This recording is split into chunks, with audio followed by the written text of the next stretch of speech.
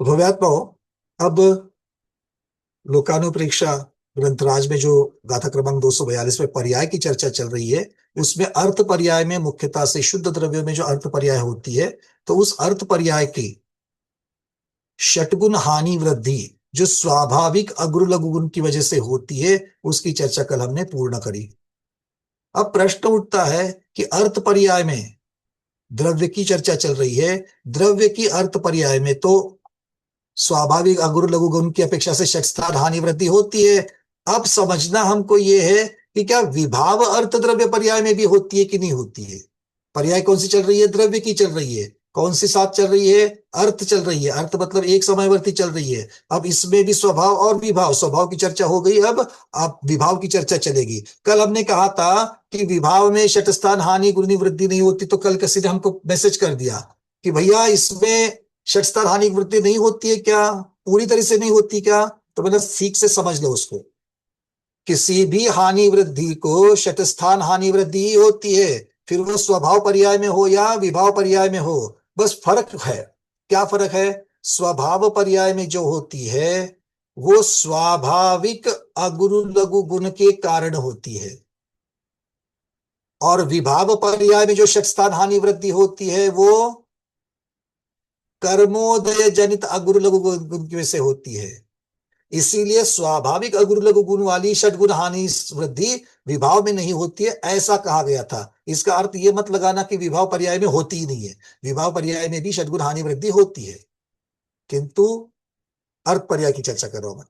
तो किंतु वो कर्मोदय जनित अगुरु लघु गुण है, उसकी अपेक्षा से होती है। इस बात को अच्छी तरीके से समझ लेना। किसी को इसके बारे में कोई डाउट तो नहीं है? सुनीता दीदी, सुनीता को कर दीदी, क्लियर है ना?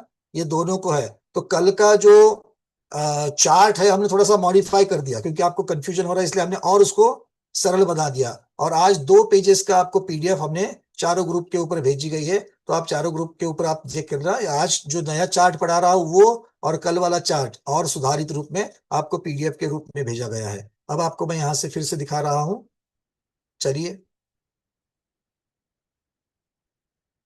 शेयर कर रहा हूं।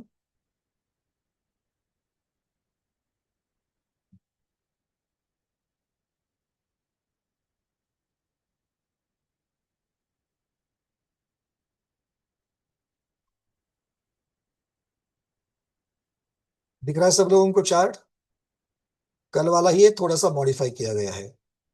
मॉडिफाई मतलब और भी इंफॉर्मेशन भरी है उसमें। चलिए, अब हमारी द्रव्य पर्याय, मुख्यतः से पर्याय में दो पर्याय, कौन सी? द्रव्य की पर्याय और गुण की पर्याय। द्रव्य के गुण की पर्याय, दो चीजें। अधिपा दीदी कुछ कहना चाह रही हो? ये एक बार फिर बोलते क्या कि स्वाभाविक अगुरु लोगों के द्वारा और कर्मोजनित के द्वारा। बिल्कुल, मैं अभी अभी इसका चार्ट भी आप लोगों को दिखा रहा हूं, क्योंकि चार्ट में मैंने और एडिशनल इंफॉर्मेशन भर दी कल वाले। तो फिर से अभी जो चार्ट आपको दिखा रहा हूँ ये कल से थोड़ा सा सुधारित है, मतलब और एडिशनल इंफॉर्मेशन है। अब यहाँ पर क्लियर हो जाएगा, आपको कोई कंफ्यूजन नहीं रहेगा। ठीक है, देख लो। सबसे पहले आपको दिख रही है पर्याय, पर्याय के दो भेद। अगर अगर आप कहीं पर कहोगे कि पर्याय के दो भेद कौन से, स्वभाव और विभाव, मान्य है, कोई बात नहीं है। क्योंकि स्वभाव में भी फिर आपको द्रव्य गुण की भेद करने पड़ेंगे, और विभाव में भी द्रव्य और गुण के भेद करने पड़ेंगे। हमने ऐसे करने की जगह पर द्रव्य को अलग कर दिया, गुण को अलग कर दिया है। तो द्रव्य की पर्याय पहले और गुण की पर्याय बाद में, तो द्रव्य और गुण ऐसे दो भेद कर दिए। फिर द्रव्य पर्याय, द्रव्य पर्याय का क्या बताया था? जैसे जीव, जीव द्रव्य की पर्याय कौन सी है? मनुष्य, देव आदि। अब द्रव्य मतलब द्रव्य, अभेद रूप से द्रव्य। और गुण में क्या ले लिया? वहां पर एक द्रव्य का गुण ले लिया। जैसे पुद्गल द्रव्य का गुण क्या है? रसगुण। तो रसगुण की पर्याय, रसगुण की पर्याय कौन सी? मीठी, कड़वी आदि रसगुण की पर्याय। तो ये गुण पर्याय में चर्चा चलेगी। गुण में द्रव्य की चर्चा नहीं, द्रव्य में गुण की चर्चा नहीं, अभेद रूप से। इसीलिए द्रव्य पर्याय में नर नारक आदि यहां पर बता दिए। अब द्रव्य पर्याय में ये उदाहरण जीव द्रव्य की अपेक्षा से दिया, उद्गल द्रव्य की अपेक्षा से क्या होगा? उद्गल द्रव्य की अपेक्षा से उद्गल द्रव्य की पर्याय कौन कौन सी बनती है?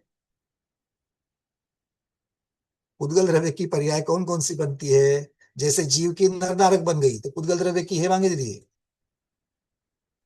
स्पर्श रस गंध वर्ण आदि। वो तो गुण हो गए, हमें द्रव्य की चर्चा करनी है। ऋतु दीदी। नहीं भैया जी। पुद्गल द्रव्य की पर्याय, जो पुद्गल द्रव्य में परिणमन हो रहा है, हमको दिख रहा है कि नहीं दिख रहा है? देखो प्रमोद जी। पुद्गल द्रव्य में भी दोनों ही पर्याय होते हैं, स्वभाव पर्याय भी होगी वहां पर। पहले सिर्फ पुद्गल पर्याय की चर्चा, स्वभाव विभाव में आगे चलेंगे। पहले द्रव्य हमें क्या दिखता है, पुद्गल द्रव्य की पर्याय क्या दिखती है? जो जो रूपी पदार्थ हैं सारे पुद्गल हैं। बिल्कुल सारे, टेबल दिख रहा है, कुर्सी दिख रही है, मेरा शरीर दिख रहा है, जी ये सब पुद्गल की ही पर्याय है कि नहीं है? जी जी। है। ठीक है। अब इसको, पुद्गल की पर्याय को ही और मैं सूक्ष्मता में जाकर के अगर कहूंगा, तो अविभागी परमाणु और स्कंद रूप पुद्गल की पर्याय होती है। क्योंकि मैंने जितना क्या वर्णन कर दिया, शरीर का हो, टेबल का हो, कुर्सी का हो, सुमेरु पर्वत का हो, वैमानिकों के वैमानिक देवों के विमान का हो, पृथ्वी का ही पृथ्वी का हो, या फिर नरकों के बिलों का हो, ये सब क्या है? ये सब पुद्गल है। किंतु ये पुद्गल कैसे है? स्कंद रूप पर्याय को है। और स्कंद रूप पर्याय को छोड़ करके और कौन सी पर्याय होती है? अविभागी पुद्गल परमाणु, ये शुद्ध पुद्गल द्रव्य की पर्याय। मतलब क्या है? पुद्गल द्रव्य की हमें दो पर्याय दिखती है, अविभागी पुद्गल परमाणु और स्कंद रूप पर्याय। स्कंद में संख्यात परमाणु का समूह, असंख्यात परमाणु का समूह, या फिर अनंत परमाणु का समूह, इस प्रकार से और भेद कर सकते हैं। क्लियर है ये? और आप जो कह रहे हो स्पर्श रस गंध वर्ण, ये क्या है? ये गुण उसके पर्याय। गुण है। ये उसके गुण गुण की है, पर्याय। गुण की पर्याय और आगे बनेगी। पहले गुण समझेंगे, फिर गुण की पर्याय समझेंगे, गुण को पर्याय नहीं कहेंगे। बात समझ में आ रही है? चलना दीदी। स्पर्श रस गंध वर्ण, ये पुद्गल के गुण है या पुद्गल की पर्याय है? पुद्गल की गुण है। पुद्गल के गुण है। और फिर गुणों में परिणमन होता है कि नहीं? गुणों में बदलाव होता है कि नहीं? हाँ होता है। रस कड़वा मीठा आदि होता है, स्पर्श हल्का नरम गरम आदि होता है। तो ये जो बदलाव है वो गुणों में बदलाव है, इसलिए उसको गुण की पर्याय, गुण पर्याय कहेंगे। क्लियर स्वाति कद्री दीदी? चलो बहुत बढ़िया।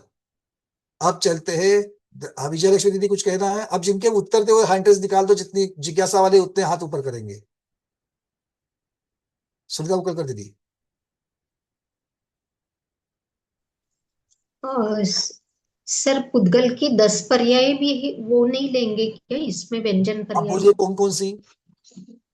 सद्दो बंदो सुहोमो, स्थूलो संठान भेद तम छाया, उज्जोदादव सयहि, पुद्गल बिल्कुल, ये दवस पर्याय भी कही पर्याय। जाएगी। ये पर्याय भी, तम छाया वगैरह ये भी भी जो आ पर्याय है जाएंगे। पुद्गल की है। पर ये सब कुछ आगे जाकर के क्या बनेगा?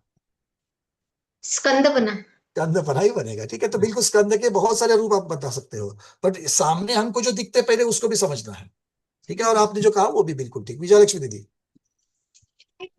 पुद्गल की पर्याय ऐसा नहीं ले सकते, सॉलिड लिक्विड गैस, ये पर्याय होगी ना, गुण कहाँ हाँ, होगा ये ये? ऐसे, ये अवस्थाएं है, मुख्यतः से ये अवस्थाएं है। और इन अवस्था को भी पर्याय कह सकते हैं। हाँ वो है। सारी ठोस पर्याय, सारी द्रव रूप पर्याय, सारी गैस रूप पर्याय, ऐसे भी दे सकते हैं। चलिए, और क्लियर है? अब द्रव्य पर्याय को सामने, गुण पर्याय को हटा दो। गुण पर्याय अगले पेज पर, पहले द्रव्य पर्याय। द्रव्य पर्याय में अब काल की अपेक्षा दो भेद बनेंगे। प्रति समय होने वाला परिणमन, जो सूक्ष्म है, वचन के अगोचर है और एक समय में होता है, वो कहेगा अर्थ द्रव्य पर्याय। और उसके बाद में दूसरी बनेगी व्यंजन द्रव्य पर्याय, जो चिरस्थाई होती है, स्थूल होती है और इंद्रियों के गोचर होती है, इंद्रियों के द्वारा व्यक्त की जा सकती है। अब तो मत लिखो, 3 दिन से यही बात दोहरा रहा हूं, समझ तो लो।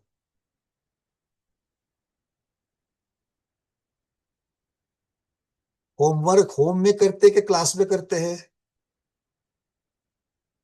बेसिक प्रश्न है।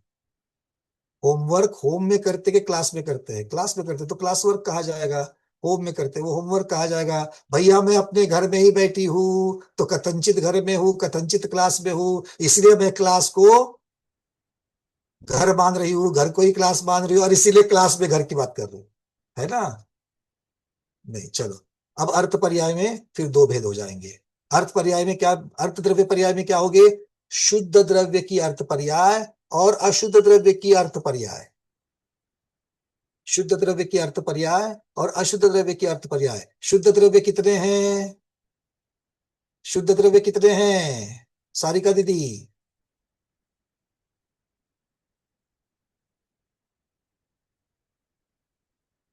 6 है। 6 है, बहुत बढ़िया। कौन कौन से है? जीव, अजीव, धर्म, अधर्म, आकाश, काल। आपने अजीव कह दिया, तो धर्म और अधर्म अजीव नहीं है क्या? अजीव नहीं, पुद्गल। हाँ, पुद्गल। जीव, पुद्गल, धर्म, अधर्म, आकाश और काल, ये 6 के 6 शुद्ध द्रव्य होते हैं।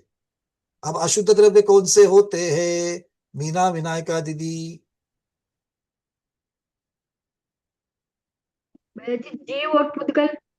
जीव और पुद्गल अशुद्ध अवस्था में भी पाए जाते हैं, इसलिए उनकी विभाव पर्याय बनेगी। चलिए अब सबसे पहले स्वभाव अर्थ द्रव्य पर्याय सभी द्रव्यों में होती है। विभाव अर्थ पर्याय संसारी जीव और बंध प्राप्त पुद्गल। विभाव अर्थ पर्याय किसमें होगी? बंध को प्राप्त पुद्गल जो है उसमें। तो जो बंध को प्राप्त पुद्गल नहीं है, मतलब जो खुला है, ऐसा अविभागी परमाणु, वो किस में आएगा? वो शुद्ध पुद्गल में आएगा। ठीक है, दोनों में अर्थ पर्याय होती है। दोनों में अर्थ मतलब एक समय वाली पर्याय दोनों में होती है। चलिए अब जो स्वभाव शुद्ध द्रव्य में एक समयवर्ती पर्याय होती है, वो क्यों होती है? तो उनमें स्वाभाविक अगुरु लघु गुण है, तो उसे शुद्ध द्रव्य में होने की वजह से उसको स्वाभाविक कहेंगे। स्वाभाविक क्यों? जो स्वभाव से उत्पन्न है। धवला जी में आचार्य वीरसेन महाराज कहते हैं, जो स्वभाव से है उसका हेतु नहीं होता। क्या कह रहे हैं वीरसेन महाराज धवला जी में? जो स्वभाव से होता है, जो स्वभाव होता है, उस स्वभाव में कोई कारण नहीं होता। क्यों? क्योंकि स्वभाव ही हेतु है, हेतु ही स्वभाव है वहां पर। जीव ज्ञान और चेतन, जीव चेतन रूप क्यों होता है?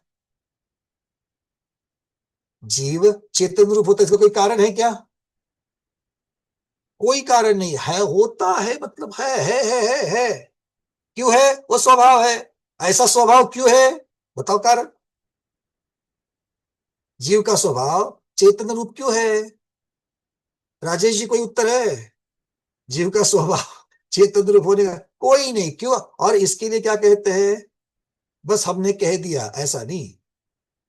उसका कारण क्या है? स्वभाव स्वभाव होता है, स्वभाव ही हेतु होता है। चलो आगे। तो ये स्वाभाविक गुण जो है, जो समानता से सभी जीवों में पाया जाता है, सभी द्रव्यों में भी पाया जाता है, इसीलिए अब इसका क्या है? शतस्थान हानि रूप और शतस्थान वृद्धि रूप। तो बदलाव करना, अगुरु लघु गुण का कार्य क्या है? बदलाव करना। बदलाव कैसे करना? तो 6 प्रकार की हानि और 6 प्रकार की वृद्धि रूप में करना। कल इसका पूरा वर्णन हम लोगों ने कर लिया है। अनंत भाग वृद्धि, या अनंत भाग कहो, असंख्यात भाग कहो, संख्यात भाग, संख्यात गुण, असंख्यात गुण और अनंत गुण, ये 6 द्वारा हानि और 6 की ही वृद्धि। इस प्रकार से इसको समझ लेना। किंतु ये होता क्यों है कार्य? स्वाभाविक अगुरु लघु गुण की वजह से होता है। अब चलो अशुद्ध द्रव्य में। अशुद्ध द्रव्य में बदलाव होता है कि नहीं होता है? होता है। उसी को पर्याय कह दिया, तो अशुद्ध है इसलिए विभाव कह दिया। द्रव्य में परिणमन हो रहा है इसलिए द्रव्य पर्याय कह दिया, और एक समयवर्ती है इसलिए अर्थ कह दिया। तो विभाव अर्थ द्रव्य पर्याय ये किसमें होगा? संसारी जीव या फिर बंध प्राप्त जीव और पुद्गल में होगा। अब आचार्य महाराज को पूछा कि महाराज ये जो परिणमन है वहां पर भी एक समय का है, ये क्यों होता है? बोले ये भी किस स्वरूप में होता है, तो वो कहते हैं वह फिर भी षटस्थान हानि वृद्धि रूप ही होता है। क्या कह रहे हैं? षटस्थान हानि वृद्धि रूप ही होता है। अच्छा, अरे बोले षटस्थान हानि वृद्धि रूप होता है, पर वो जो स्वाभाविक अगुरु लघु गुंजा था जिसकी वजह से षटस्थान हानि वृद्धि होती है, वो तो संसारी जीव में पाया नहीं जाता, वो स्वाभाविक गुण तो उसमें नहीं पाया जाता। फिर कैसे? बोले वो स्वाभाविक गुण पाया नहीं जाता है, फिर भी कर्मोदय जनित या कर्म जनित जो है, कर्म की वजह से जीव को, संसारी जीव को अगुरु लघु गुण प्राप्त होता है, और वो जो अगुरु लघु गुण है उसकी वजह से विभाव अर्थ पर्याय में भी, विभाव अर्थ द्रव्य पर्याय में भी शत स्थान हानि वृद्धि होती है। ठीक है, अब वो किस प्रकार से होती है, इसका कोई उदाहरण तो दे दो हमको, इसका उदाहरण दे दो। तो किसमें उदाहरण आएगा? एक जीव में उदाहरण आएगा, संसारी जीव में, और दूसरा स्कंद रूप पुद्गल में आएगा, क्योंकि स्कंद रूप पुद्गल और संसारी जीव ये दो ही तो अशुद्ध द्रव्य है, तो दोनों के उदाहरण देखने पड़ेंगे। तो आचार्य महाराज कहते हैं संसारी जीव के छह प्रकार के भाव।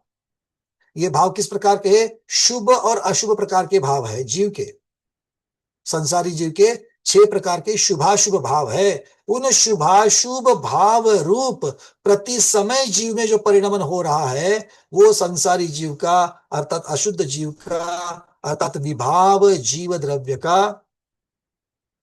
एक समय वाला अर्थ पर्याय का परिणमन है। तो क्या है वो 6 भाव? आचार्य महाराज कह रहे हैं मिथ्यात्व, कषाय, राग द्वेष, पाप और पुण्य, ये 6 भेद है। तो द्रव्य में परिणमन किस प्रकार से होता है? द्रव्य में परिणमन, द्रव्य में बदलाव कैसे होता है? कौन से द्रव्य में? अशुद्ध द्रव्य में। अशुद्ध द्रव्य में परिणाम बदल कैसा होता है? बोले संसारी जीव को ले लो पहले।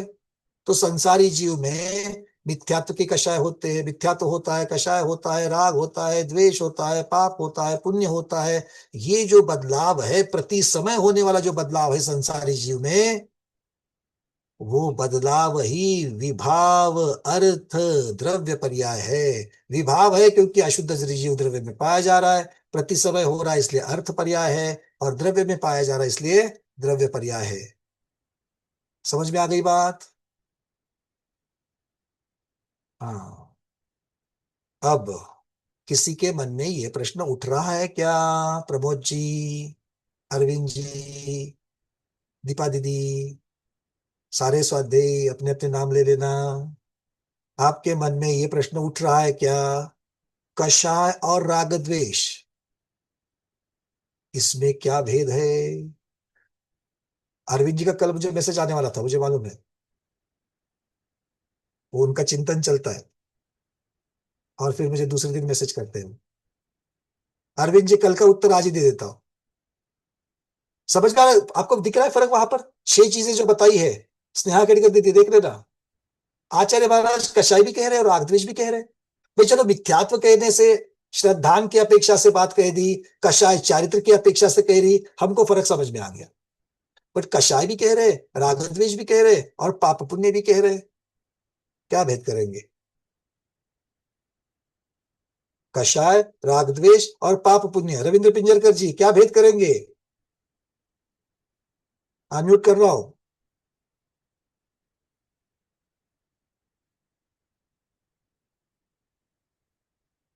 आज आपका नेट थोड़ा डाउन दिख रहा है मुझे, बोलिए।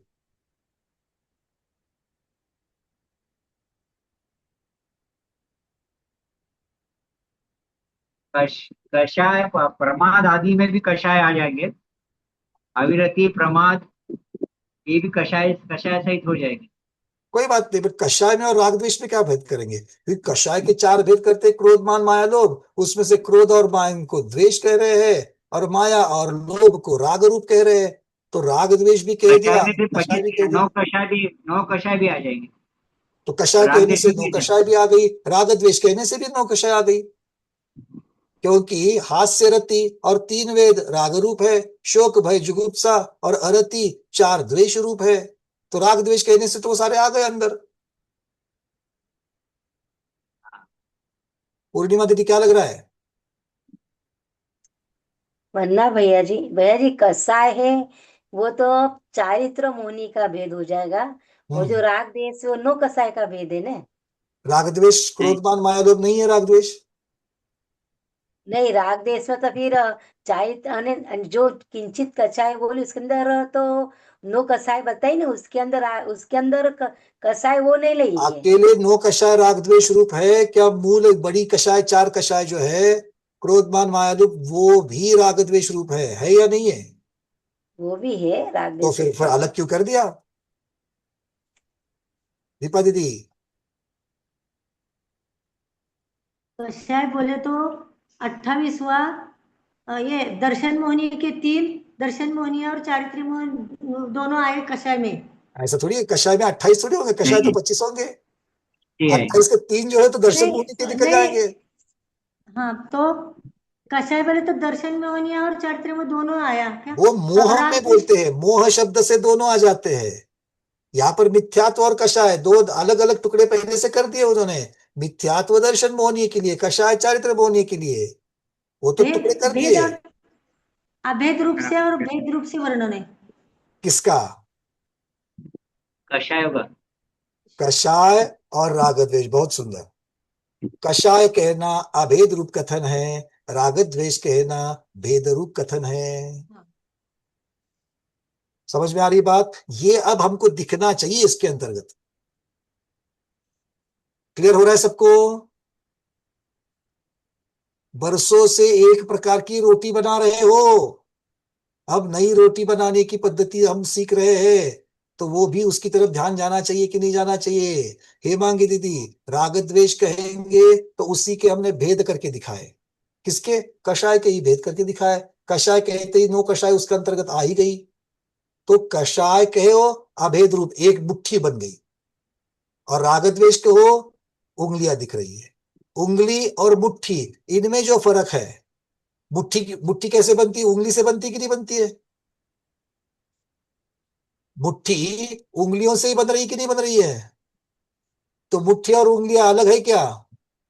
कथनचित अलग है, कथनचित अलग नहीं है। जब मुट्ठी रूप बन रही है तो आप उन्हीं की चर्चा कर रहे हो, अभेद रूप से कर रहे हो। और जब खोल रहे हो तब अब मुट्ठी है कि इसको मुट्ठी कहेंगे? जब हमने उंगलियां बिखेर दी तो इसको मुट्ठी कहोगे क्या? नहीं कहेंगे, इसको हम उंगलियां कहेंगे। बात समझ में आ रही है? तो भेद रूप कथन भी होता है, अभेद रूप कथन भी होता है, इस अपेक्षा से अलग कर दिया। अब बचा कौन? पुण्य और पाप। रेखा दीदी लगाओ दिमाग। पाप पुण्य भी कह दिया, राग द्वेष भी कह दिया, कषाय भी कह दिया। अब कषाय कह दिया, राग कह दिया, राग प्रशस्त है तो पुण्य, राग अप्रशस्त है तो पाप। तो राग द्वेष में तो बात आ ही गई। राग कह दिया, पाप पुण्य कह दिया, ये अलग से कहने की क्या जरूरत थी? अब इसके लिए क्या लगाएंगे न्याय? कौन बताएगा? गंगवाल जी बोलो। राग द्वेष ये कारण है और पाप पुण्य उसका कार्य है। बहुत सुंदर, बहुत सुंदर। अब यहाँ पर कारण कार्य मीमांसा की अपेक्षा से राग द्वेष कारण है, पाप पुण्य कार्य है। तो कारण कार्य की अपेक्षा से उसके भेद हो गए।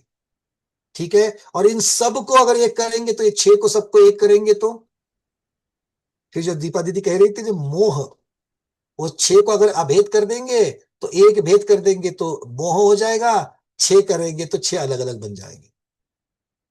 ये मोह का ही, मोहनलाल जी का ही परिवार है।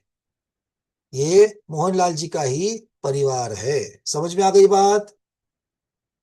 अब ये याद क्या रखना है? मोहनलाल जी को याद रखना है क्या? मोहनलाल जी के स्वरूप में जो द्रव्य में परिणमन हो रहा है उसको याद रखना है। द्रव्य में परिणमन हो रहा है कैसे? अलग अलग इन भावों से, शुभ अशुभ भावों से परिणमन हो रहा है। और ये कैसे कब हो रहा है? प्रति समय हो रहा है। किसमें हो रहा है? संसारी जीव में हो रहा है। तो संसारी जीव है इसलिए विभाव कहा, एक समयवर्ती है इसलिए अर्थ कहा, और द्रव्य में हो रहा है इसलिए द्रव्य कहा, और परिणमन हो रहा है इसलिए उसको पर्याय कहा। तो ये सारी चीजें समझ में आ रही है?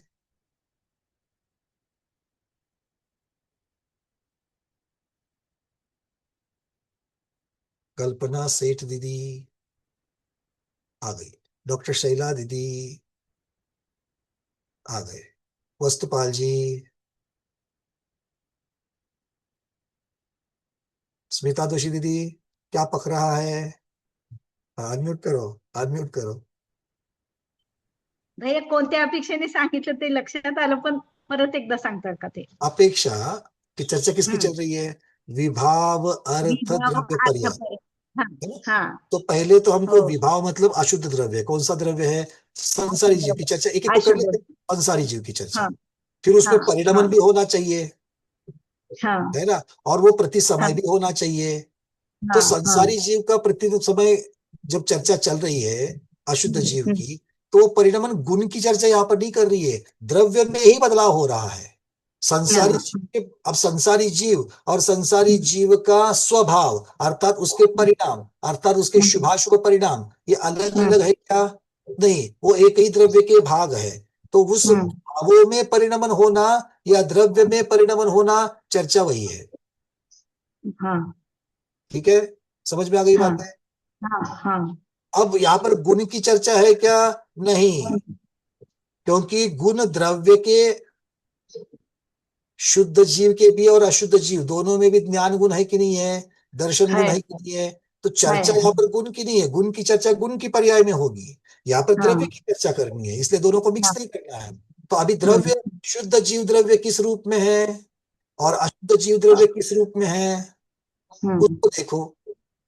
शुद्ध जीव द्रव्य शुद्ध भाव रूप, हाँ, अशुद्ध जीव द्रव्य अशुद्ध भाव अशुद्ध रूप है। भाव, फिर वो हाँ अशुद्ध भाव कौन से है?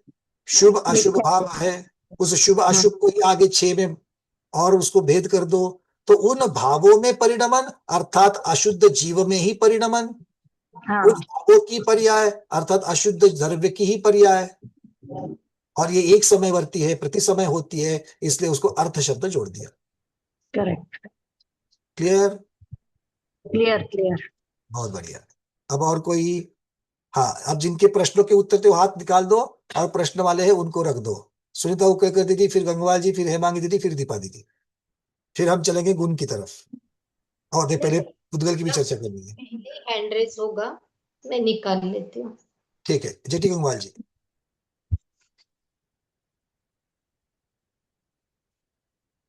अनम्यूट कर दीजिए। और आज हाँ बोलिए।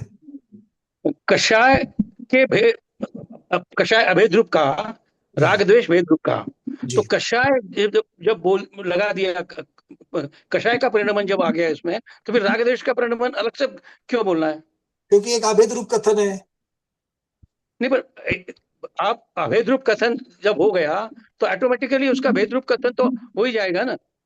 अभेद रूप कथन होता है क्योंकि ये अनेक धर्मात्मक वस्तु होने की वजह से, वस्तु अर्थात ये द्रव्य भी अनेक धर्मात्मक होने की वजह से हमें सभी प्रकार से उसका लेना चाहिए। अभेद रूप से भी लेना चाहिए, भेद रूप से भी लेना चाहिए।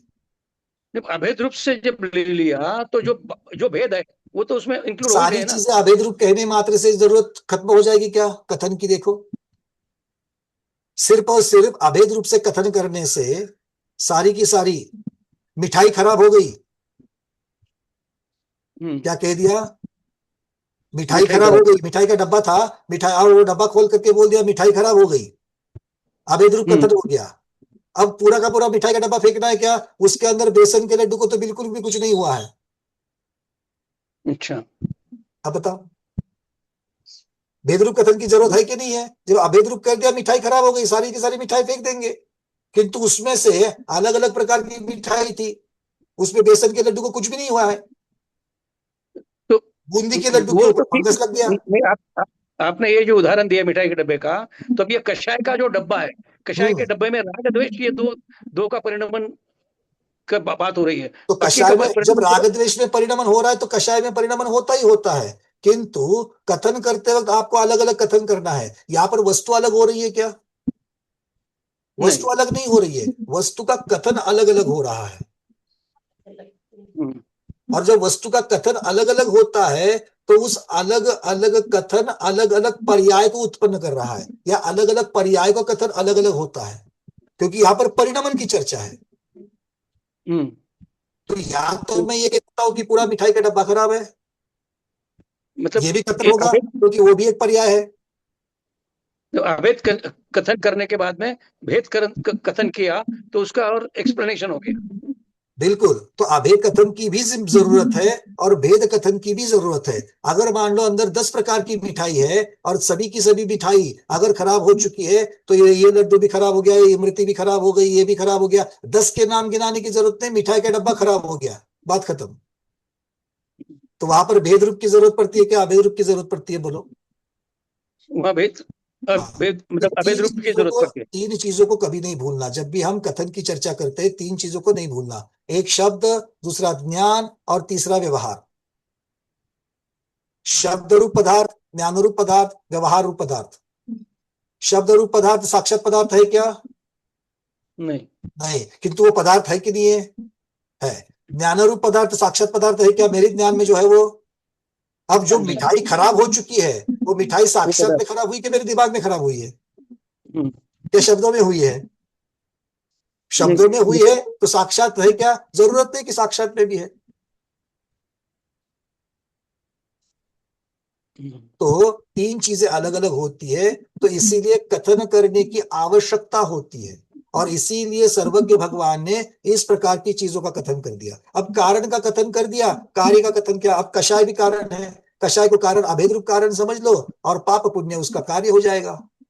तो कारण है तो कार्य है या कार्य है तो कारण है, आप बोलोगे कि फिर दोनों का अलग अलग करने की क्या जरूरत है? कषाय है किंतु कार्य उत्पन्न होवे जरूरी नहीं है। 9वें गुणस्थान 10वें गुणस्थान में भी कषाय है कि नहीं है? कार्य दिख रहा है क्या? नहीं दिख रहा है, पर वो है कि नहीं है? है। कारण है किंतु कार्य दिख रहा है क्या? नहीं है। जब कार्य दिख रहा है तो कारण होता ही होता है कि नहीं? होता है। पाप पुण्य हो रहा है तो बिना राग द्वेष के हो रहा है क्या? हो रहा है।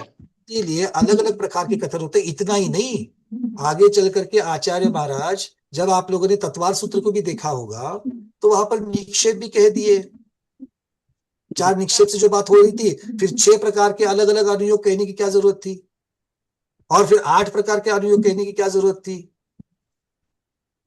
तो जैसे विस्तारवादी शिष्य होते हैं या मंद बुद्धि शिष्य होते हैं, तीव्र बुद्धि शिष्य होते हैं, अलग अलग प्रकार से कथन किया जाता है और ये कथन क्यों है उसका भी कारण आपको मिल जाएगा, क्योंकि ये कारण है इसलिए कथन है, ये कारण है इसलिए कथन है।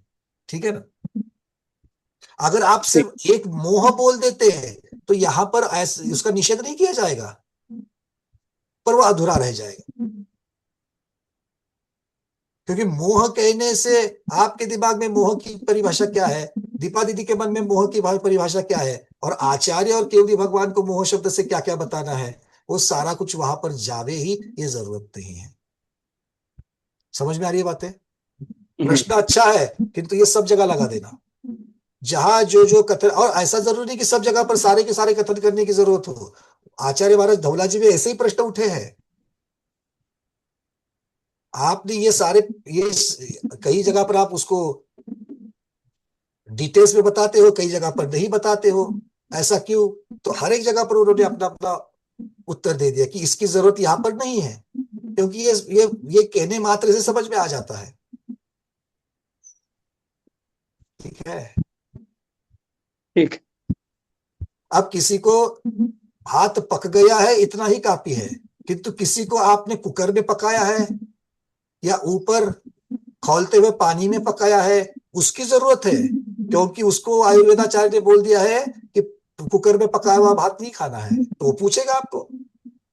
किसी को सिर्फ पानी मिलने से मतलब है, दूसरा पूछेगा जैन है तो पूछेगा छना हुआ है क्या अनछना है।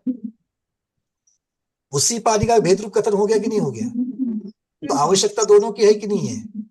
और जो कुड़िया जिसको छने अनछने का कोई संबंध नहीं है, उसको आप ऊपर से बताओ अरे ये छना हुआ है, वो बोलेगा मुझे क्या बता रहे, मुझे कोई फर्क नहीं पड़ता, मुझे ऐसा ही चलता है।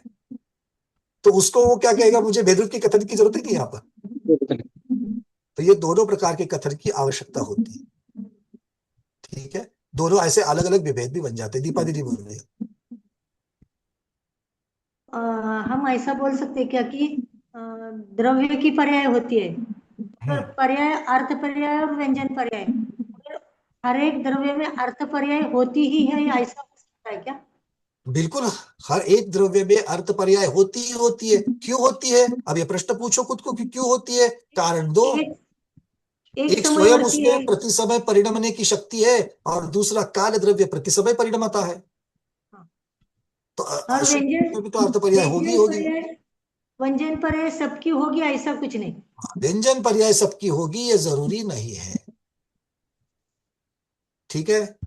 किंतु व्यंजन पर्याय अगर आप देखोगे शुद्ध द्रव्यों में, शुद्ध द्रव्यों में अर्थ पर्याय तो देखी जाती है 6 के 6 द्रव्यों में, ठीक है ना।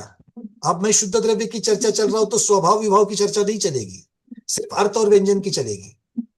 तो शुद्ध द्रव्यों में सभी में अर्थ पर्याय होती है, किंतु सभी में व्यंजन पर्याय होवे जरूरी नहीं, क्योंकि 4 जो द्रव्य है जो न्यूट्रल है उनको नहीं माना गया, ठीक है ना।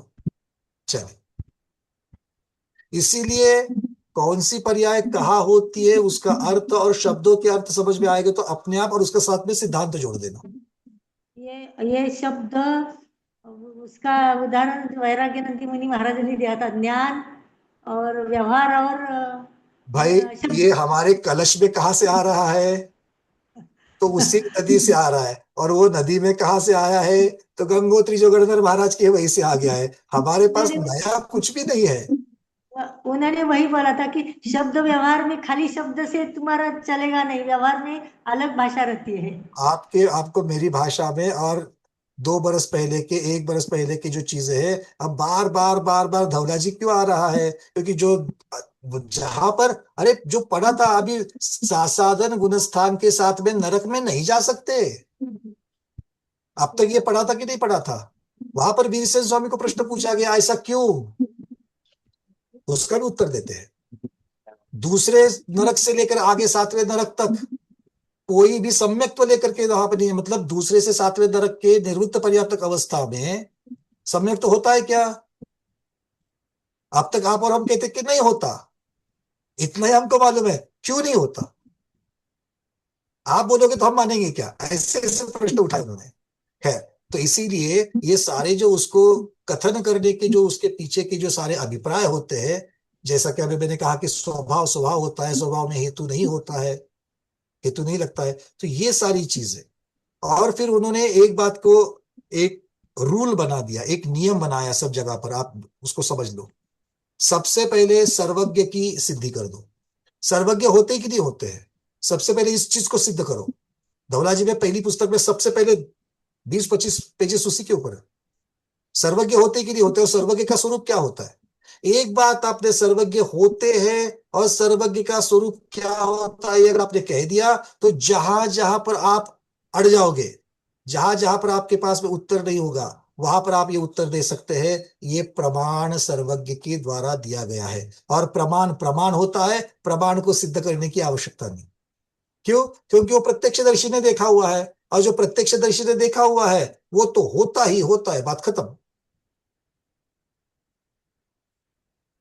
ठीक है ना। तो इस प्रकार से इन चीजों को समझाया जाता है। आगे बढ़े थोड़ा सा, चलिए रूबी दीदी।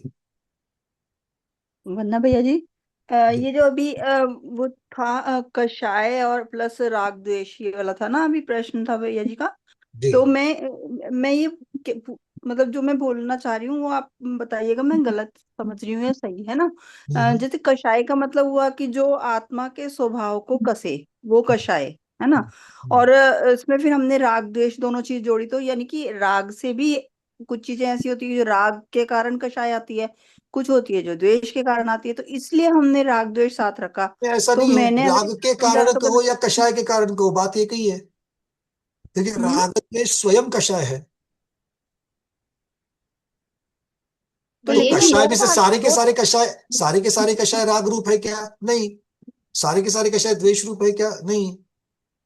हाँ तो वो इसलिए तो राग और द्वेष दोनों मतलब हमने जैसे ना 4 कषाय हुए और राग द्वेष हुआ तो 4 into 2 8 हो गया, एक तरीके से हम इस तरह से ले सकते हैं अगर आप मल्टीपल। 4 को कहोगे तो क्रोध और मान जो है वो द्वेष रूप होते हैं, और माया और लोभ राग रूप होते हैं।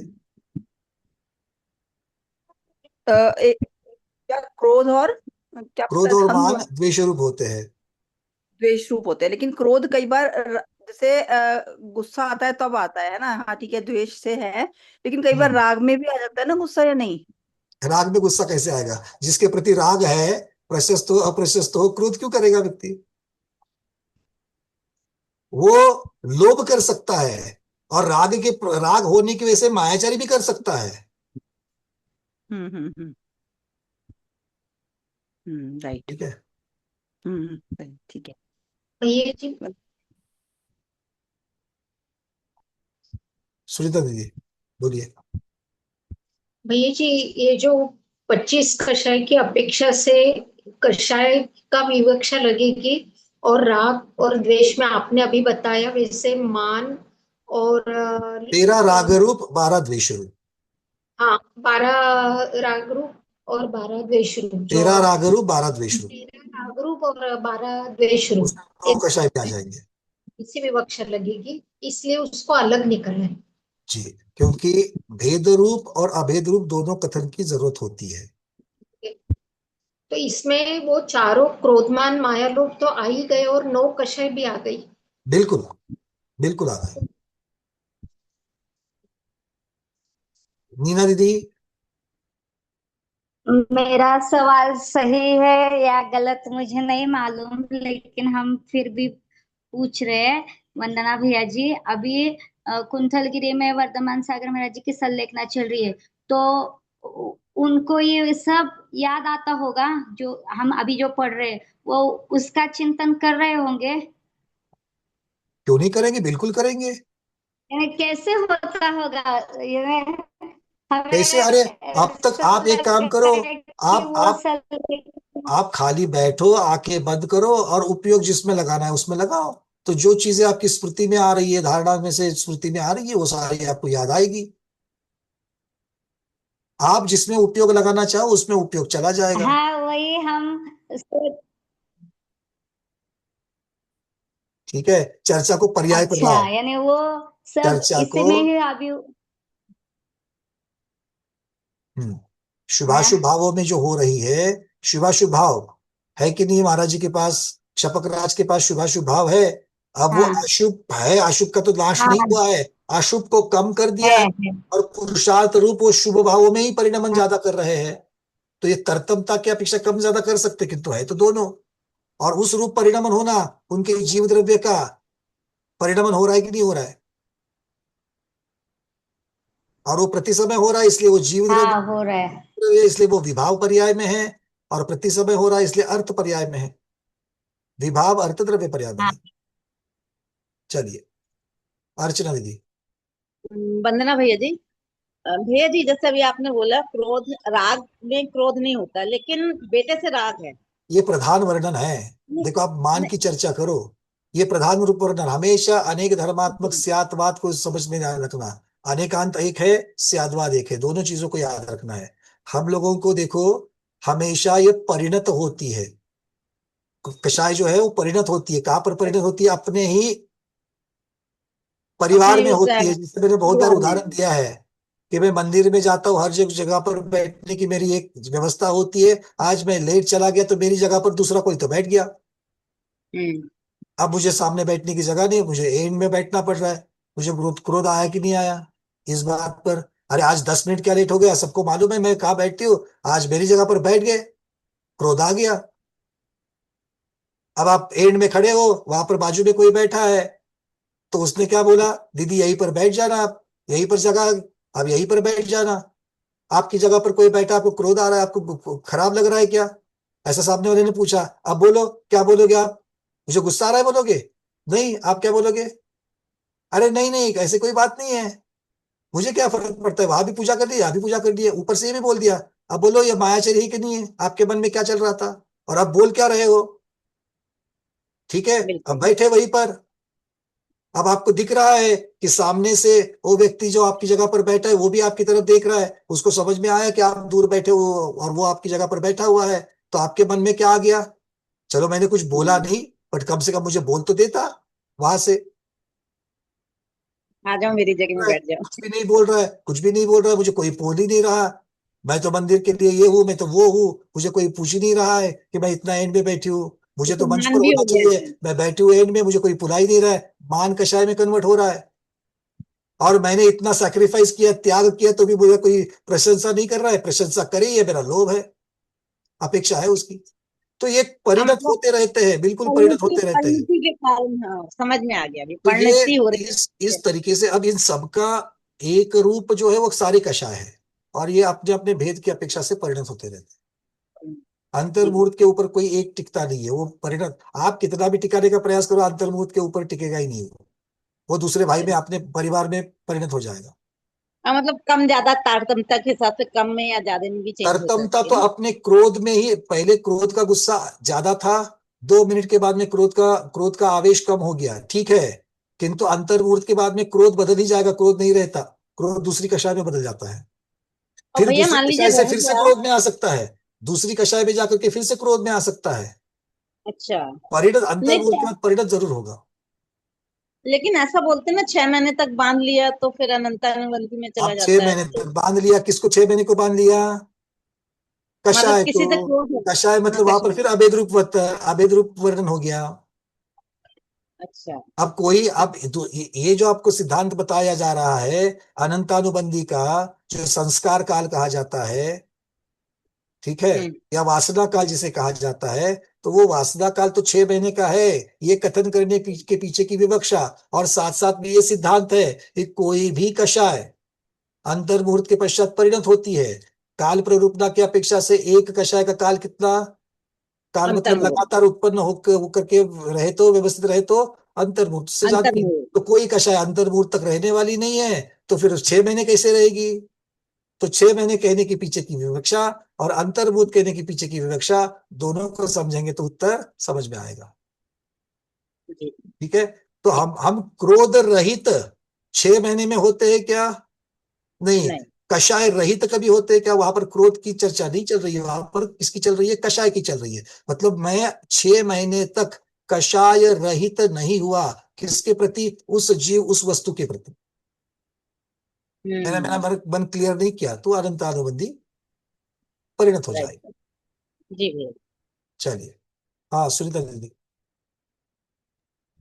भैया जी, ये जो 13 प्रकार के राग लिए हैं उसमें 4 प्रकार के लोभ, 4 प्रकार की माया, रति, हास्य, भय, चार चार जुगुप्सा। चार देखो, जो 16 है उसमें से 8 राग हो गए, 8 द्वेष हो गए, हाँ। दो दो की अपेक्षा, हाँ। है ना, 8 8 हो गए। 8 8 नहीं होंगे ना भैया जी? अब बचे, देखो, क्रोध और मान चारों के हाँ। लगा लो, अनंतानुबंधी, अप्रत्याख्यान और प्रत्याख्यान और संज्वलन। हाँ। तो 4 क्रोध हो गए, 4 मान हो गए, तो हाँ। टोटल 8 हो गए, तो ये 8 द्वेष हो गए। हाँ। और बचे हुए 8 माया और रति। लोभ रूप जो 8 है, वो क्या हो जाएंगे? वो राग रूप हो जाएंगे। तो मुझे 8 राग, 8 द्वेष मिल गए।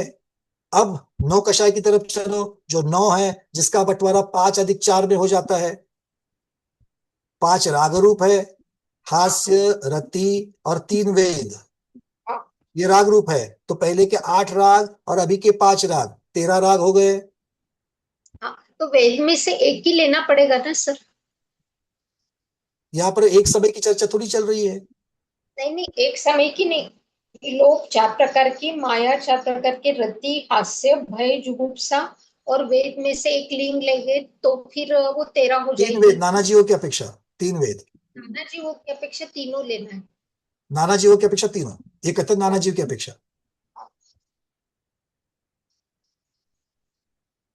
ठीक है ना?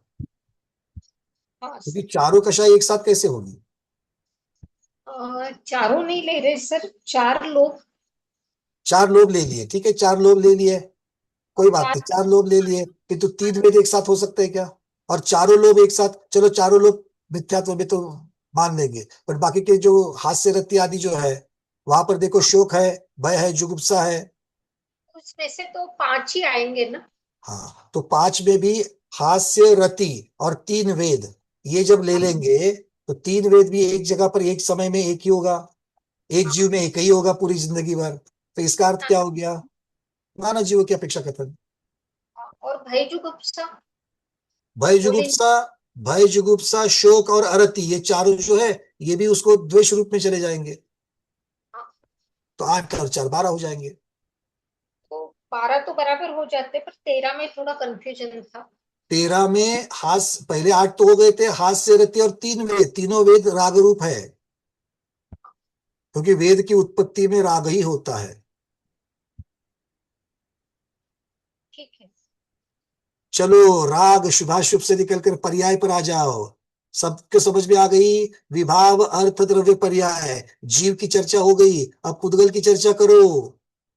अशुद्ध पुद्गल कौन सा है? विभाव पर्याय की चर्चा है तो अशुद्ध पुद्गल की चर्चा करनी पड़ेगी। अलका बरजाते दीदी, अशुद्ध पुद्गल कौन है? वंदना भैया जी, अशुद्ध पुद्गल तो ये संसारी जीव के जो शरीर है और मतलब अशुद्ध दूसरी पुद्गल चीज कौन है अरविंद जी? वंदना भैया जी, ये जो संगात रूप जो है, वेद रूप या संगात रूप जो होते हैं वो मतलब कौन? अशुद्ध हो गए। वेद और संगात रूप कौन? आप, मैं, कौन? नहीं नहीं, जो जो शुद्ध परमाणु है, इसमें जो भी मतलब मिलावट होगी, बहुत बढ़िया, मतलब जो स्कंद कहना, ठीक है ना? यस स्कंद यस शब्द आना ही चाहिए वहां पर, अशुद्ध यस सर। पर्याय में स्कंद। तो अशुद्ध पर्याय के अशुद्ध पुद्गल कौन है? स्कंद रूप पुद्गल जो है वो अशुद्ध पुद्गल है। अब तो चर्चा किसकी चलेगी? अशुद्ध पुद्गल की। अशुद्ध पुद्गल में प्रति समय होने वाला परिणमन, प्रति समय है इसलिए अर्थ, परिणमन हो रहा है इसलिए पर्याय। किसमें हो रहा है? पुद्गल द्रव्य में हो रहा है, मतलब ये अर्थ द्रव्य पर्याय है। किसकी है? अशुद्ध पुद्गल की है, मतलब विभाव पर्याय है। तो विभाव अर्थ द्रव्य पर्याय क्या होगी? प्रति समय जो भेद और पुद्गल, भेद और संघात को प्राप्त हो रहे, टूट रहे जुड़ रहे, टूट रहे जुड़ रहे, ये प्रति समय जो हो रहा है, ये क्या कहा जाएगा? अशुद्ध पुद्गल की प्रति समय में होने वाली विभाव पर्याय कही जाएगी।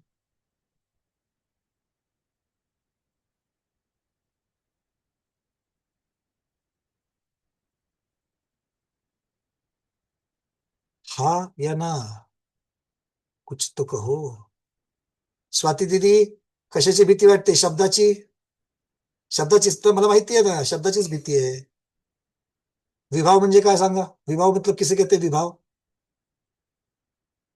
अनम्यूट किया है, बोलो जल्दी से। विभाव किसे कहेंगे? शुद्ध द्रव्य को या अशुद्ध द्रव्य को?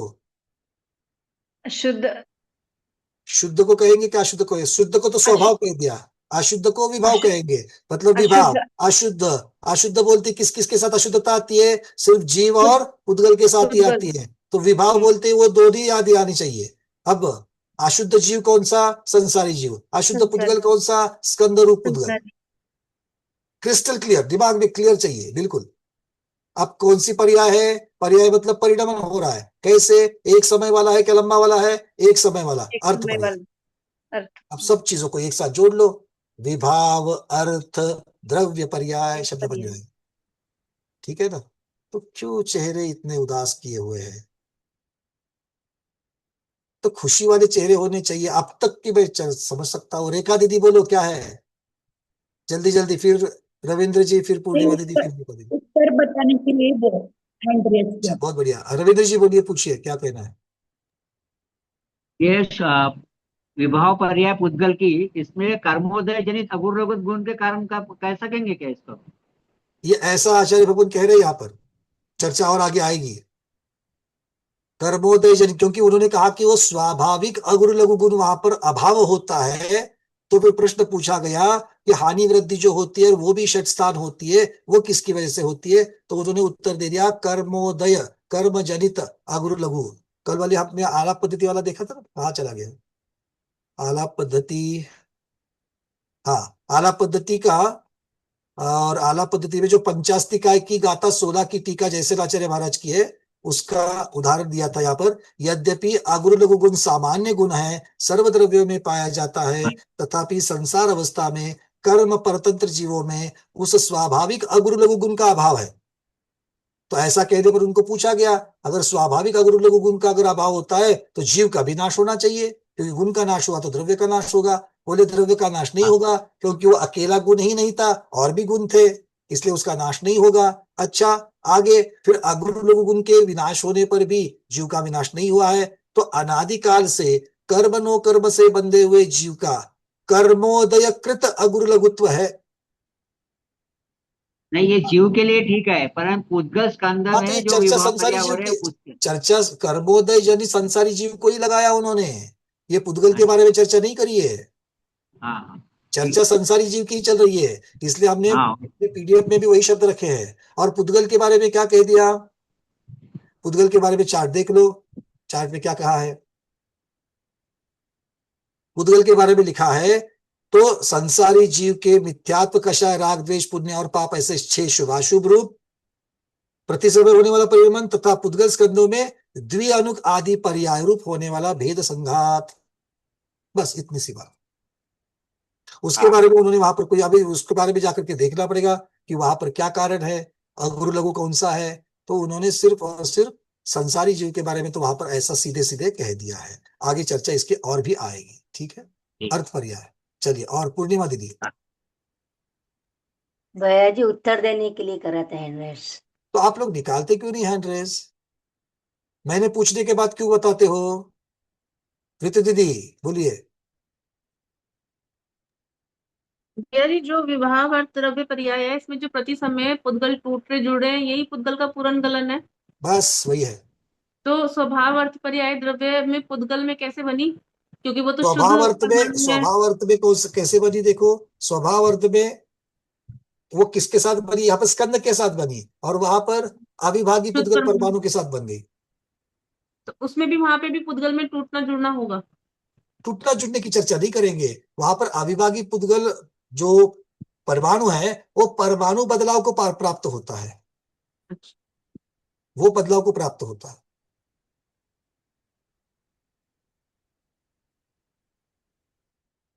विजया शाह दीदी।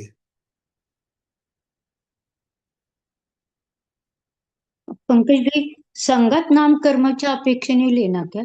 संगत नाम नहीं कर्म नहीं तक नहीं, समझ संघात में नहीं नाम आया। कर्म, संघात नाम कर्म जीव के साथ लग जाएगा। और यहाँ पर भेद और संघात, संघात मतलब जुड़ना, भेद होना मतलब टूटना, ये पुद्गल के साथ में चल रही है। उसके लिए कर्म की कोई संबंध नहीं है। नहीं, अच्छा। फिर संघात इसमें शब्द का अर्थ होता है जुड़ना। अगर आपको लिखना है पुद्गल के बारे में, तो स्कंद रूप पुद्गल का प्रति समय जुड़ना और बिखरना, जुड़ना और बिखरना, ये जो है ये उसकी विभाव अर्थ द्रव्य पर्याय हो जाएगी। अभी समझ में आ गया। होता है शब्दों की वजह से हम लोग भटक जाते हैं, क्योंकि शब्द उतने ही हैं। हाँ भाई, और कोई आगे बढ़े, क्योंकि अभी तक तो सारी अर्थ पर्याय की चर्चा पूर्ण हुई है। अब हमें व्यंजन पर्याय की तरफ चलना है। अर्थ पर्याय तो ज्यादा समझ में नहीं आती है, क्योंकि सूक्ष्म है, वचन के और इंद्रियों के अगोचर है, उसके ऊपर इतनी चर्चा कर रहे हैं। अब व्यंजन पर्याय को समझने के लिए 2 मिनट में लगेंगे, क्योंकि व्यंजन तो व्यक्त होती है। चलो अब द्रव्य की व्यंजन पर्याय की तरफ चलते हैं। चार्ट दिख रहा है? नहीं दिख रहा है, शेयर करना पड़ेगा ना। क्या चार्ट दिख रहा है? अभी भी दिख रहा है। तो अब चलो इसके अंदर व्यंजन द्रव्य पर्याय, द्रव्य पर्याय के अंतर्गत जो व्यंजन द्रव्य पर्याय कैसी है, व्यंजन द्रव्य पर्याय स्वरूप क्या है उसका, अर्चना जैन दीदी। व्यंजन द्रव्य पर्याय चिरकालीन है। चिरकालीन है, और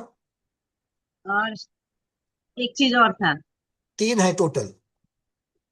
3 है टारगेट दे दो, मैं टारगेट पूरा करना है 3 का, 1 बता दिया। उषा पाटिल दीदी रुको, अनम्यूट कर रहा हूं, बोलो। स्थूल रूप है, स्थूल रूप। स्थूल रूप है। अब 2 लोगों ने 2 चीजें बता दी, तो ये अपने आप बन जाता है कि तीसरा कोई तीसरा बतावे। मीनाक्षी दीदी बताओ तीसरा क्या है? स्थूल और चिरकालीन है वो, अरे दीदी और अभी काल तो, काल द्रव्य के कारण। अब ये सारी चीजें हो गई ना, तीसरी चीज को बता दो। हे मांगी दीदी बताओ।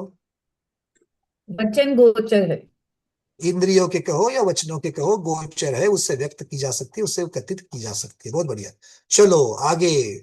अब व्यंजन द्रव्य पर्याय के 2 भेद। व्यंजन द्रव्य पर्याय मतलब लंबी चलने वाली पर्याय, शुद्ध शुद्ध द्रव्य में भी होती है और अशुद्ध द्रव्य में भी होती है। शुद्ध द्रव्य में होगी तो क्या कहेंगे, स्वभाव व्यंजन द्रव्य पर्याय। स्वभाव है, शुद्ध द्रव्य में होती है। व्यंजन है, लंबे चलने वाली है। किस में होने वाली है? द्रव्य है। क्या हो रहा है? परिणमन हो रहा है। 4 चीजों का 4 शब्द। अब अशुद्ध के साथ भी होगी कि नहीं होगी? होगी। तो अशुद्ध के साथ, अशुद्ध के साथ कौन से? तो अशुद्ध द्रव्य कौन से है? अशुद्ध द्रव्य कौन से है? अचल दोषी दीदी, अशुद्ध द्रव्य कौन से है?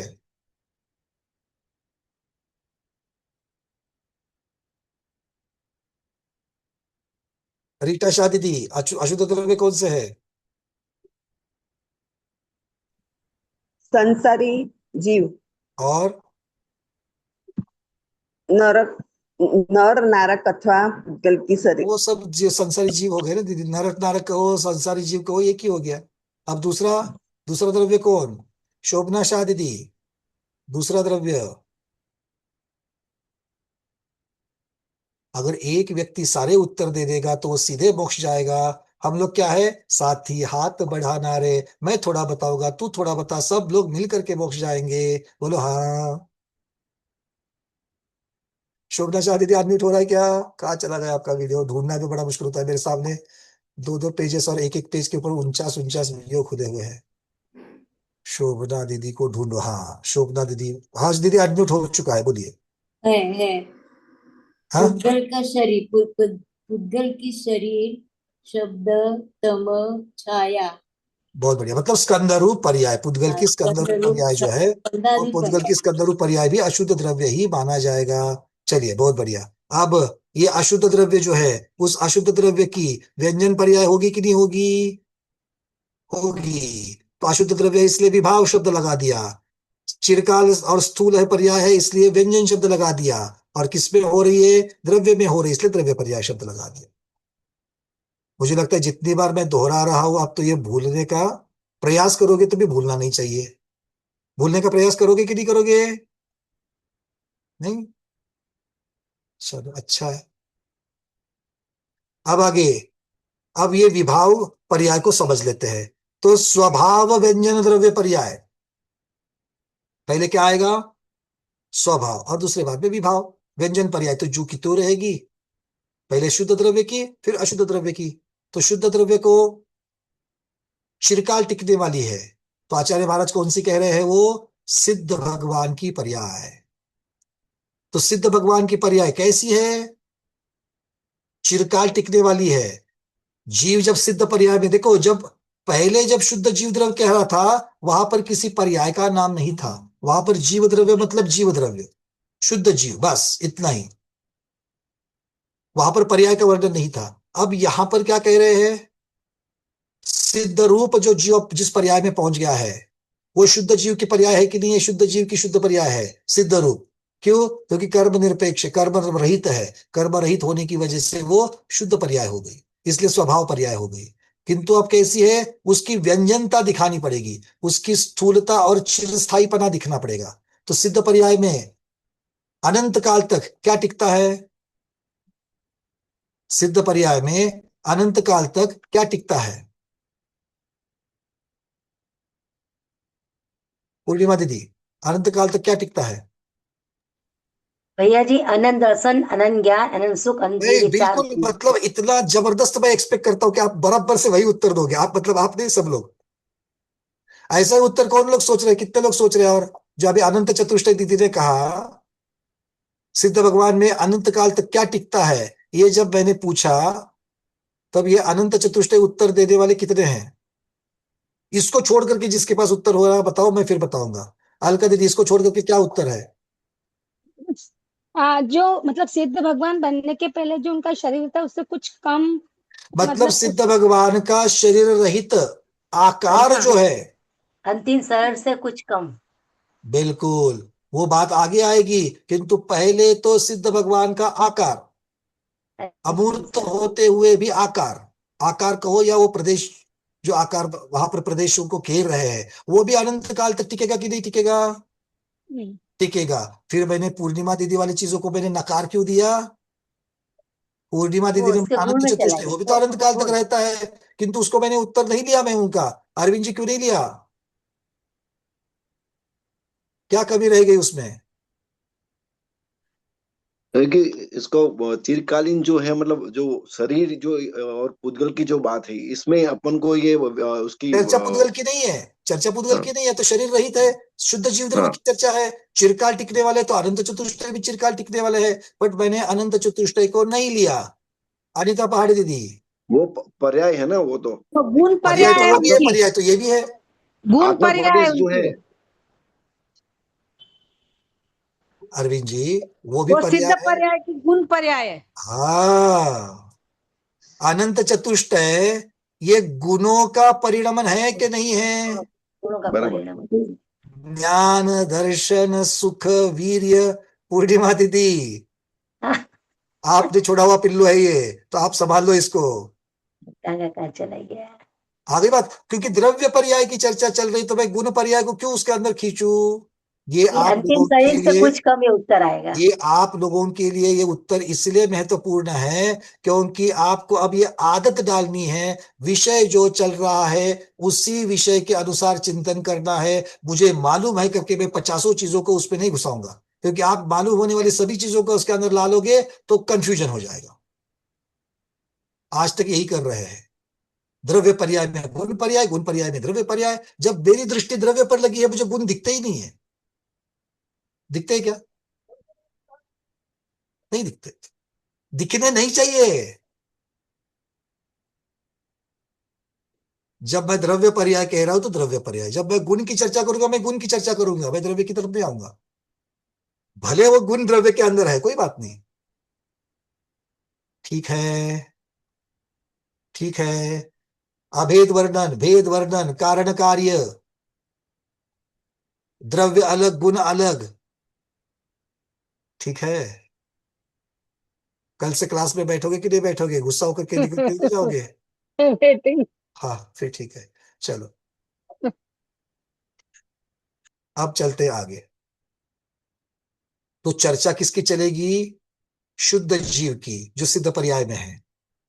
अब सिद्ध पर्याय में मुझे गुणों की चर्चा नहीं करनी है, गुण को बाजू हटाना है। तो सिद्ध पर्याय में चिरकाल तक टिकने वाला क्या है? उनका आकार। जो आकाश प्रदेश को वो घेरेंगे, जो आकाश प्रदेश को वो घेरेंगे, वो आकाश प्रदेश को जो घेरना है, जो अवगाहन है, वो अवगाहन चिरकाल तक टिकने वाला है। हाँ या ना? तो वही उनकी विभाव वो उनकी स्वभाव व्यंजन पर्याय बनेगी। चिरकाल टिकने वाली है इसलिए व्यंजन, और स्वभाव शुद्ध है इसलिए। अब चर्चा चलती है जो आप लोगों के मन में बिल्कुल उछल उछल करके उत्तर बाहर आ रहा है, उसकी चर्चा कि ये शरीर, ये आकार रहता कैसा है। कुछ न्यून कह दिया। क्या कह दिया? कुछ न्यून कह दिया। तो ये न्यूनता के बारे में आचार्य महाराज, देवसेन महाराज यहां पर हमें दो चीजें बता रहे हैं। ये जो आकार है, इस आकार के बारे में क्या है वो? चलो मैं पहले उसको निकाल करके उनकी ही, क्योंकि मुझे आपको डायरेक्ट आचार्यों के ही शब्द देने हैं। निकाल करके तो रखा था, कहाँ चला गया? 1-2 मिनट। ये अर्थ पर्याय की चर्चा नहीं है, व्यंजन पर्याय की चर्चा है और जीव के स्वभाव की है। तो विभाव की हो गई, स्वभाव। हाँ, गुण व्यंजन स्वभाव द्रव्य व्यंजन पर्याय। अंतिम शरीर से कुछ कम जो सिद्ध पर्याय है वो जीव की स्वभाव द्रव्य व्यंजन पर्याय है। गाथा क्रमांक 21, आलाप पद्धति। आलाप पद्धति की गाथा क्रमांक 21। इसमें आचार्य महाराज कह रहे हैं, तिलोय पन्नति का संदर्भ दे रहे हैं। तिलोय पन्नति के अधिकार 9, उसके सूत्र 9 और 10 में सिद्धों की अवगाहना का कथन है। कहां पर है? तिलोय पन्नति में है। तिलोय पन्नति में कहां पर है? सुमंगला दीदी आपके लिए रेफरेंस चाहिए, आपको अच्छे लगते हैं रेफरेंस लिख लो। तिलोय पन्नति का अधिकार 9, गाथा क्रमांक 9 और 10, सूत्र क्रमांक 9 और 10। उसमें सिद्धों की अवगाहना का कथन है। कैसे है? 2 गाथाओं के द्वारा 2 भिन्न मतों का उल्लेख तिलोय पन्नति में आ गया। तो आचार्यों के 2 अलग अलग मत है, उनको संग्रह करके चलना है। दोनों की विवक्षा अलग है। पहले क्या कह दिया? गाथा क्रमांक 10 में टिप्पण है जिसका अर्थ किया गया, अंतिम भव में जिसका जैसा आकार, दीर्घता और बाहुल्य हो, जो आकार हो, लंबाई मोटाई चौड़ाई हो, इसी को बाहुल्य और दीर्घता कह दिया। उससे तृतीय भाग से कम सब सिद्धों की अवगाहना होती है। तो 1/3 से कम न्यून कर देना। कितना न्यून करना है? 1/3 से न्यून कर देना। क्लियर है? समझे कि नहीं समझे? अंतिम शरीर जब वो अरहंत अवस्था में थे, अरहंत अवस्था में आकाश में जितने प्रदेश घेरते थे, जितने प्रदेश घेरते थे, अब प्रदेश एक दिशा में थे क्या? तीनों दिशा में, मतलब घनाकार थे। तो घनाकार जो घेरते थे, उस घनाकार को 1/3 से कम कर दो, तो 2/3 रह जाएंगे। 1/3 से कम करेंगे तो 2/3 रह जाएंगे। वो 2/3 वहां पर लगा देना। ठीक है? 2/3 किस में लगाना है? आकाश प्रदेशों को कम करना है, ऊंचाई को नहीं कम करना है, आकाश प्रदेशों को कम करना है। अच्छा, उसके बाद आगे कहते हैं, अर्थात पूर्व जन्म में शरीर की जितनी लंबाई चौड़ाई होती है, उसके तीसरे भाग से न्यून अर्थात 1/3 से कम सिद्ध पर्याय की अवगाहना होती है। किंतु गाथा क्रमांक 9 में कहा है, लोक विनिश्चय ग्रंथ में, लोक विभाग में सब सिद्धों की अवगाहना क्रम कुछ कम चरम शरीर के समान कहा है। कुछ कम कह दिया, वहां पर 1/3 नहीं कह दिया। अब उस दिन जो प्रज्ञाश्रमण स्याद्वाद भूषण अमित सागर जी गुरुदेव ने हमको क्या कहा था कि वहां पर जो ऊपर की जो चमड़ी है, वो जो चमड़ी है, वो चमड़ी जहां पर चमड़ी कौन सी? जो डेड स्किन है। आप लोग डेड स्किन जानते कि नहीं जानते हो? बिल्कुल वही जो पार्लर में जाकर के आप लोग उतारते हो, वो वाली डेड स्किन। डेड स्किन कहते थे उसको। हाँ, वो डेड स्किन में डेड क्यों कह दिया उसको? क्योंकि उसके अंदर जीव के आत्म प्रदेश नहीं होते, और इसलिए निकल के जब जाते हैं तब आपको कुछ भी दर्द आदि नहीं होता है। तो वो वाली डेड स्किन वाला जितना भी परत कम होती है, उस परत को वहां पर कुछ कम, ऐसा उस दिन हमके अमित सागर जी गुरुदेव ने कह दिया था। बात समझ में आ रही है? तो किंचित न्यून के 2 दृष्टांत हमें यहाँ पर मिलते हैं। एक लोक विनिश्चय ग्रंथ में का उसका टिप्पण दिया है, तिलोपन्नति में दोनों का भी वहां पर उल्लेख किया गया है।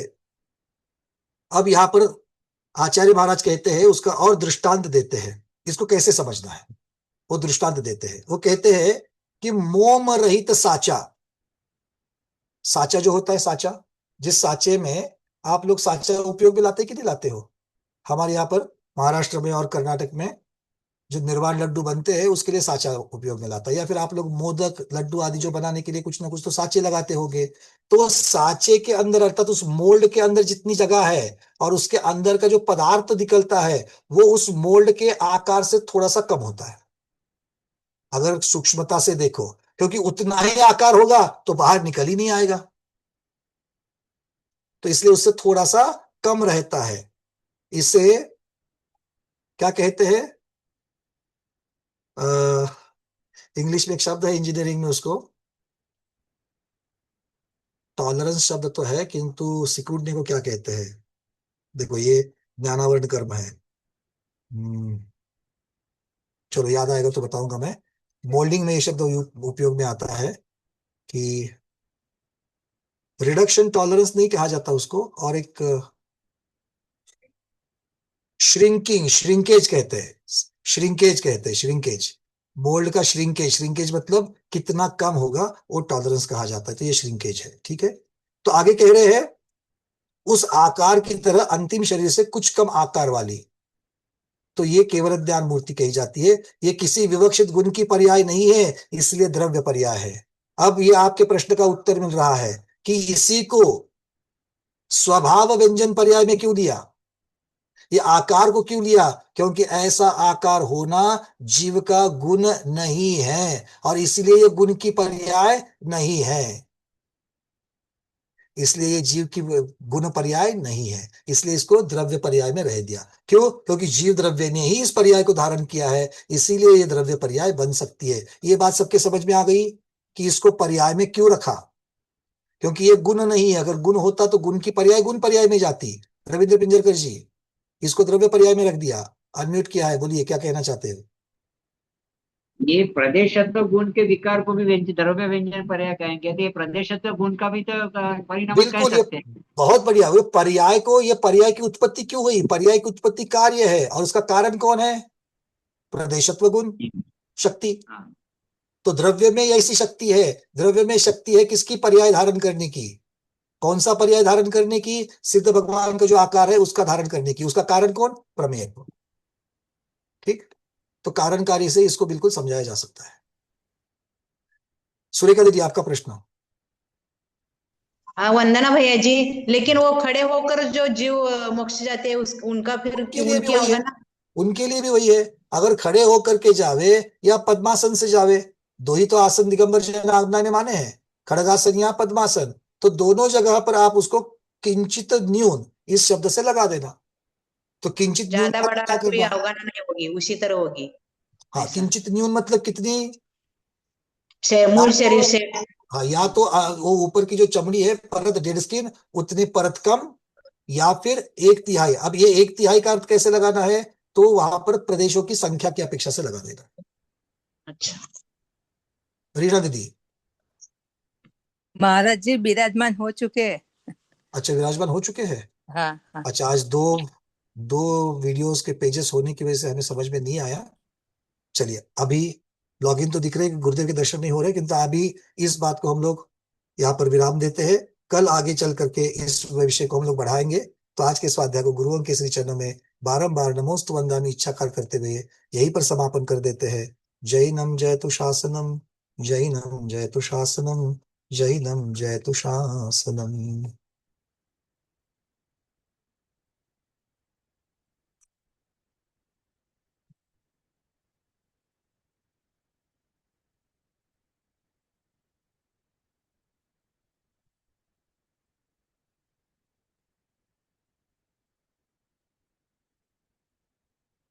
चलिए।